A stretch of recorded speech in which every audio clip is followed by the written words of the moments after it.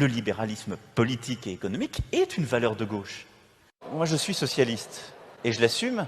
L'honnêteté m'oblige à vous dire que je ne suis pas socialiste. Pour ma part, je suis de gauche. Alors à l'époque, j'étais pas de gauche. Vous n'avez plus rien à voir avec le Parti socialiste. Mais je ne suis pas au Parti socialiste. C'est un mouvement politique qui ne sera pas à droite, qui ne sera pas à gauche. Monsieur Macron, vous nous dites « je ne suis ni de droite ni de gauche ». Je n'ai pas dit ça ainsi. Non.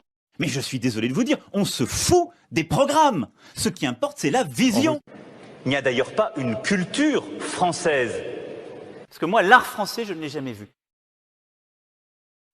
Et on est tous des enracinés.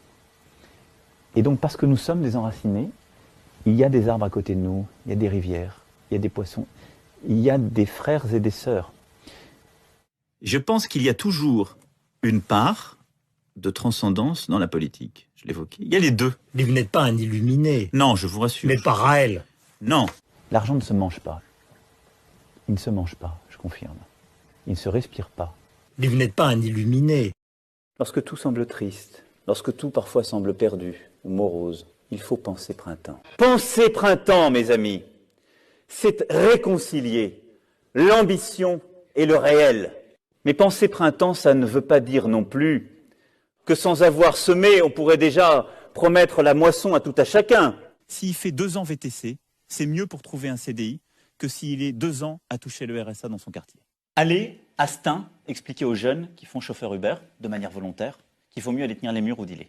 Il était sain dans un pays qu'en effet des jeunes aient cette ambition de pouvoir devenir milliardaires. L'entreprise, c'est le lieu où précisément des jeunes Françaises et des jeunes Français vont devenir autre chose que ce qu'ils sont, vont pouvoir se réaliser.